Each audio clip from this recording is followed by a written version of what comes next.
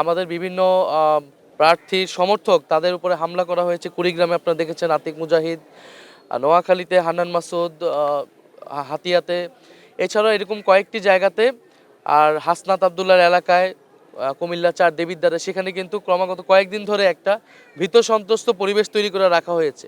ফলে অনেকগুলো জায়গাতে, ইভেন আমার এই ঢাকা ১১ আসনেও গতকাল রাতে অনেকগুলো জায়গায় আমাদের যে ক্যাম্প বসেছে ভোট কেন্দ্র সংলগ্ন, সেই ক্যাম্পে কিন্তু হামলা হয়েছে, বন্ধ করে দেওয়া হয়েছে। ফলে এই প্রতিকূলতাগুলো কিন্তু এসেছে।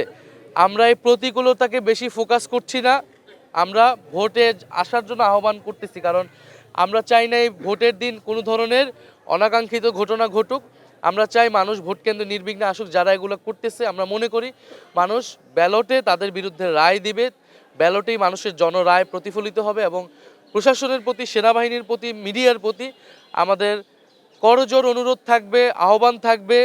আমাদের এত আন্দোলন, সংগ্রাম, আত্মত্যাগ সব কিছু ব্যর্থ হয়ে যাবে যদি ভোট সুষ্ঠু না হয়। তা আমরা আশা করব তারা নিরপেক্ষ আচরণ করবে। তারা প্রশাসন যদি নিরপেক্ষ আচরণ করে, তাহলে এই ধরনের যারা গায়ের জোর দেখানোর চেষ্টা করছে তারা আসলে সফল হবে না। 11 দলীয় জোট সরকার গঠনের লক্ষ্যে গঠিত হয়েছে। আমরা মনে করছি আমরা সরকার গঠনের দ্বারপ্রান্তে রয়েছি। ফলে সেই লক্ষ্য, সেই আত্মবিশ্বাস নিয়ে আমরা কাজ করছি। ইনশাআল্লাহ যদি ভোট সুষ্ঠু হয়, জনগণ নির্বিঘ্নে ভোট দিতে আসে, ব্যাপকভাবে উপস্থিতি নিশ্চিত করাটাই আমাদের এই মুহূর্তে প্রধান লক্ষ্য। সাধারণ মানুষ যাতে ব্যাপকভাবে ভোট কেন্দ্রে উপস্থিতি দেয় এবং আমরা ভোট কেন্দ্র পাহারা দিব। ফলাফল না নেওয়া পর্যন্ত আমরা ভোট কেন্দ্রের সামনে থাকবো, মাঠে থাকবো। তরুণদের প্রতি সবাইকে আহ্বান জানাচ্ছি। 12ই ফেব্রুয়ারি বাংলাদেশের জন্য এক ঐতিহাসিক দিন। ত্রয়োদশ সংসদ নির্বাচন আজকে সকাল 7:30 থেকে ভোট শুরু হয়েছে। আমি এই কেন্দ্রে, রহমতুল্লাহ কলেজ, এই কেন্দ্রে আমি আমার ভোট প্রদান করলাম। আমার জীবনের প্রথম ভোট আমি প্রদান করলাম।